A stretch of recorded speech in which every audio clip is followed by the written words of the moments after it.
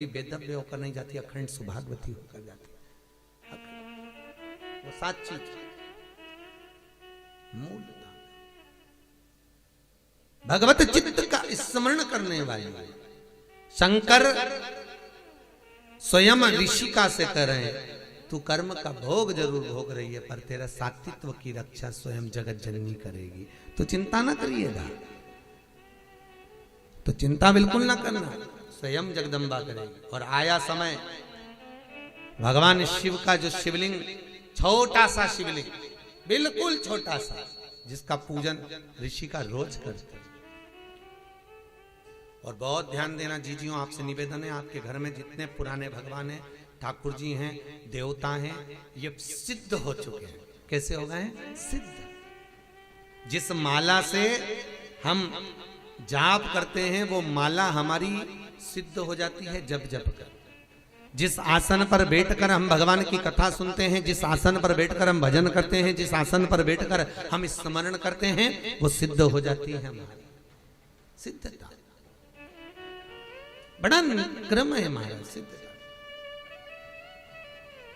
तो बड़ी सिद्ध है आपके घर में जो भगवान है। तो भगवान स्वयं कह रहे हैं, भोलेनाथ जी कह रहे हैं कि ऋषिका, जिस शिव की तू आराधना करती है ऋषिका, जिस शंकर का तू पूजन करती है ऋषिका, जिस शिव का तू अनुमोदन करती है, तेरी रक्षा करने वाला यही शिवलिंग है, बस यही।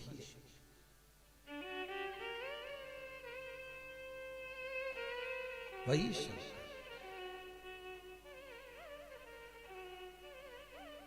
अच्छा, बहुत ध्यान देना, कई लोग कहते हैं शंकर जी घर में नहीं रखना। एक वो महाराज आ गए थे पहले टीवी पे, उन्होंने सबके घर के शंकर जी को निकलवा के पीपल के पेड़ के नीचे रखवा दिया, भगवान ने उनको ही निकाल दिया। बढ़िया सोफे मोफे पे बैठ के सबको बताते रहते थे। उन्होंने एक दिन शंकर जी को निकला, शंकर जी घर में नहीं होना, सबको निकल, शंकर जी ने उनको निकलवा दिया। ले चल, नहीं, शिव महापुराण की कथा कहती है शंकर अपने घर में है तो बड़ी बीमारी हमारे घर में प्रवेश नहीं कर सकती। शिव यदि है, शंकर है। आप लोगों ने कभी वास्तु शास्त्रियों से मिले, वास्तु की जो बताते हैं टिप्स वगैरह, तो वो घर में आपको कहते हैं घर के अंदर जो मंदिर होता है उस मंदिर में शिखर नहीं होना चाहिए। बोलते कि नहीं बोलते? शिखर नहीं होना। क्यों कहते? कभी उन वास्तु शास्त्रियों से पूछा कि मंदिर घर में है तो मंदिर में शिखर क्यों नहीं होना चाहिए? तो वो वास्तु शास्त्री कहेंगे कि घर में अगर शंकर का शिवलिंग है तो शिखर की जरूरत ही नहीं है। अपने घर का आखिरी चोर, जो आखिरी का चोर होगा, वो शिखर का ही काम करेगा और जगत का भी कल्याण करेगा। वो जगत का हित करने वाला शिखर।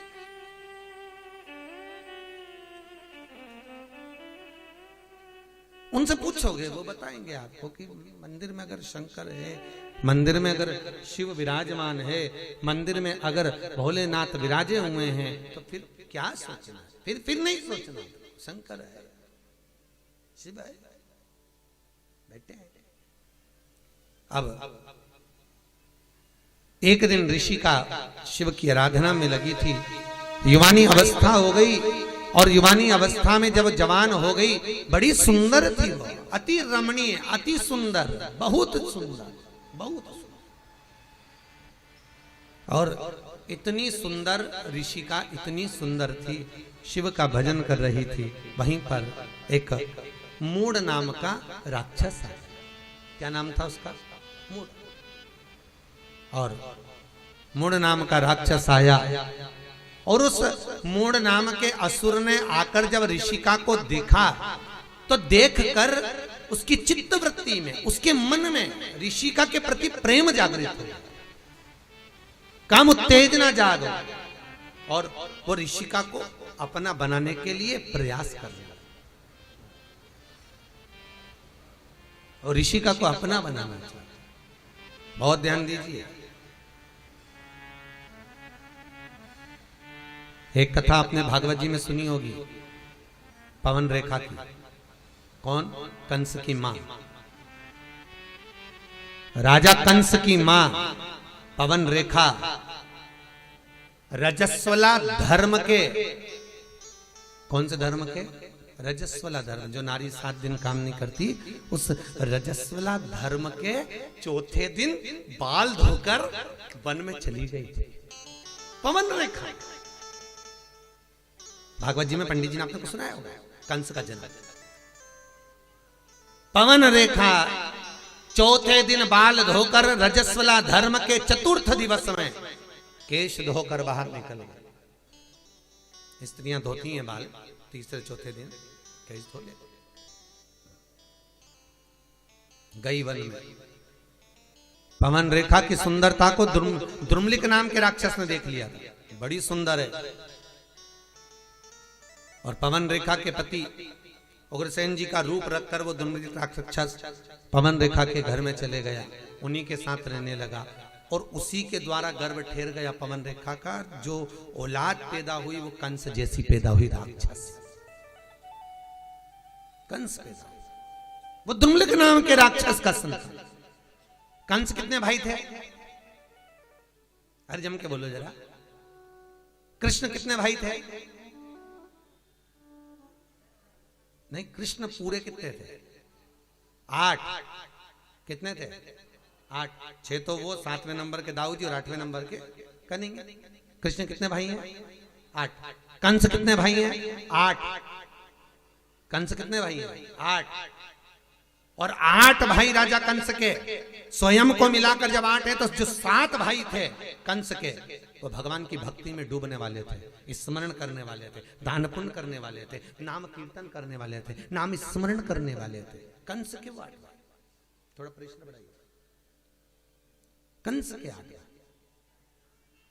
सातों के सातों भगवान की भक्ति में डूबने वाले। और जो 8वें नंबर का जो कंस था वो गलत काम करने वाला। तो सबको आश्चर्य हुआ, बात क्या हुई? तब मालूम पड़ा कि पवन रेखा के गर्भ में जो संतान थी वो द्रुमलिक नाम के राक्षस की थी, इसलिए 8वां गर्भ बिगड़ गया, अष्टम गर्भ खराब। 8 तब मालूम पड़ा। अब मूढ़ नाम का असुर राक्षस ऋषिका को अपना बनाना चाहता था, ऋषिका भजन में डूबी हुई थी। बहुत ध्यान देना साहब, राजा श्वेत भजन में डूबे, मृत्यु देवी को भी मरना पड़ा था, यमराज के भी प्राण छूट गए थे महाराज, यमराज के, राजा श्वेत के कारण।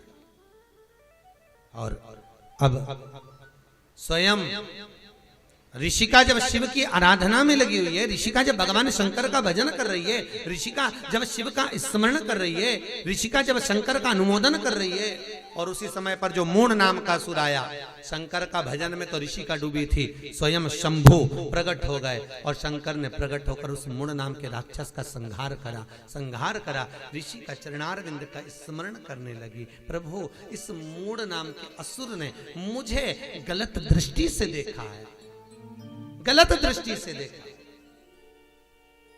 और मूढ़ नाम के असुर ने जब मुझे गलत दृष्टि से देखा है, तो मेरा जीवन शिव आपको समर्पित करने के लिए नहीं रहा, कुछ कृपा करिए। शंकर भगवान ने गंगा जी को बुलाया। गंगा, इस ऋषिका ने जिस शंकर के शिवलिंग की पूजन करी है, वो शिवलिंग नर्मदा जी के तट पर यहां नंदिकेश्वर के नाम से विराजमान होगा। गंगा, तो ऋषिका का कल्याण कर। गंगा मैया स्वयं आई और आकर बैसाख की पूर्णिमा के दिन गंगा जी ने नर्मदा के तट पर नंदिकेश्वर के सामने ऋषिका का ऊपर जब जल वृष्टि करी तो उसका उद्धार कर दिया। उद्धार करा तो ऋषिका ने हाथ जोड़कर निवेदन करा, गंगा मैया मैं भले शिव के धाम चली जाऊं, पर निवेदन आपसे इतना सा है, वर्ष में एक दिन आप नंदिकेश्वर पर आकर स्वयं विराजमान होना। आज भी नर्मदा जी के तट पर नंदिकेश्वर शिव का शिवलिंग है महाराज, शूलपाणेश्वर की झाड़ी के आगे। वहां पर 2 नदी की धार है। कितनी है? 2। एक ये नर्मदा जी बहकर आ रही है और एक नदी ये गंगा का जल है। तो ये जो नर्मदा जी बहकर आ रही हैं ये तो निरंतर बह रही हैं, पर एक नदी का स्थान बना हुआ है, एक नदी का स्थान बना हुआ है। वो नदी साल में केवल एक बार, आप लोगों ने कहीं किसी के व्हाट्सएप पे भी वो आई होगी, नदी का दर्शन करा होगा शायद, अभी बीच में एक बार किसी के व्हाट्सएप पे मैसेज में भी थी। एक नदी तो बह रही गंगा नर्मदा, पर जो दूसरी नदी है गंगा, वो बैसाख की पूर्णिमा के दिन साल में केवल एक बार वो नदी नर्मदा से मिलने के लिए गंगा आज भी आती है, आज भी आती है, केवल एक दिन के लिए, केवल मात्र एक दिन के लिए, वो बैसाख की पूर्णिमा नंदिकेश्वर। लोग कहते हैं महाराज जी शंकर के चमत्कार क्या? हम कहते हैं चमत्कार देखना है तो कभी तुम जाओ बिजली महादेव पर जाकर देखो कि पूरे भारत की भूमि की सबसे पहली बिजली शंकर के शिवलिंग पर मनाली में गिरती है। बिजली महादेव के ऊपर बिजली गिरती है और शंकर के टुकड़े टुकड़े हो जाते हैं, और वहां एक व्यक्ति मक्खन मंकर लाता है और शंकर के टुकड़ों को जोड़ता है, फिर हाथी की सूंड से पांव से भी तोड़वाता तो शिवलिंग नहीं टूटता है। वो बिजली महादेव मनाली में। कभी मौका मिले नंदिकेश्वर जाकर देखिए, नर्मदा के जल के पास में गंगा का जल आज भी बैसाख की पूर्णिमा के दिन मिलने के लिए आता है। प्रति वर्ष एक दिन, मात्र एक दिन, दूसरे दिन नदी फिर सूख जाती है वापिस। कहा नहीं भगवान? नर्मदा नदी शंकर भगवान के, शिव के शरीर के पसीने से बेटी के तुल्य में प्रकट हुई। नर्मदा अमरकंटक से निकली, बड़ी सुंदर जगह है महाराज, कभी मौका मिले जाइए। भगवत चित्त का स्मरण हो।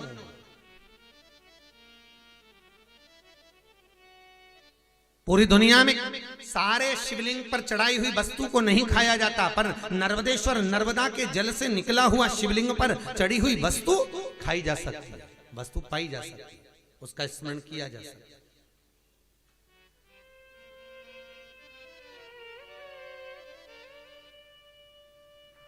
ये उसी में का भाग है, जैसे पान का पत्ता, कौन सा पत्ता? पान। दर्शन करेंगे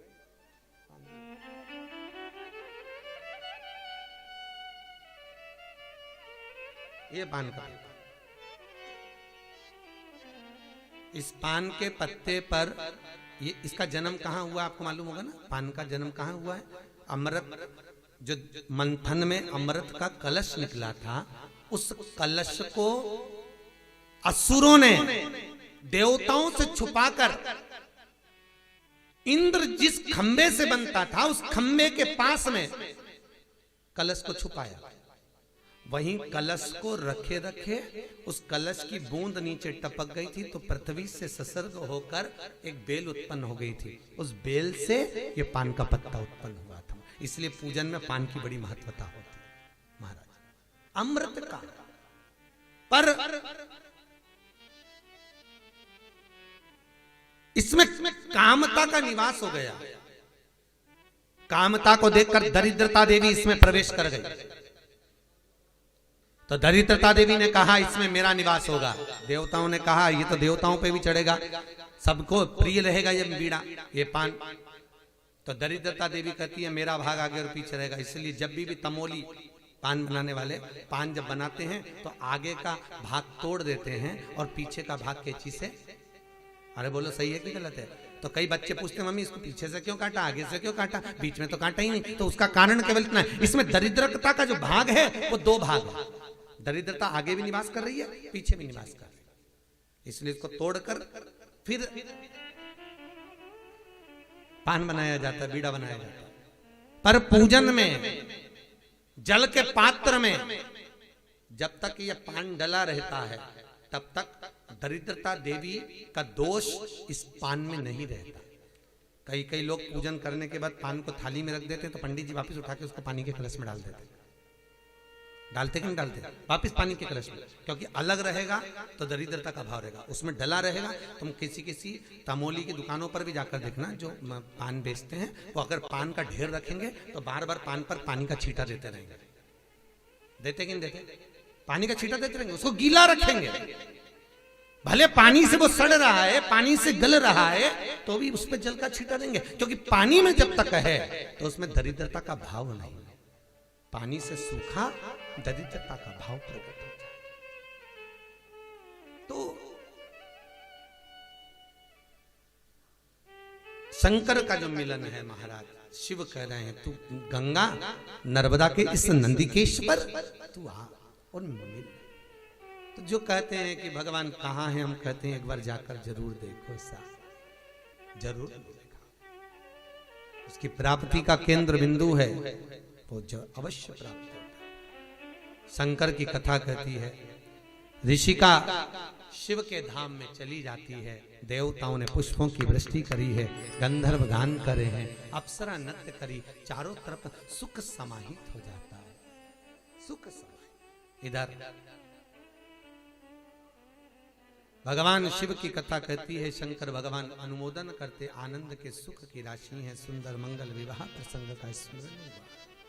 शिव जी का विवाह पार्वती के साथ हुआ, कल अपने कथा में सुना।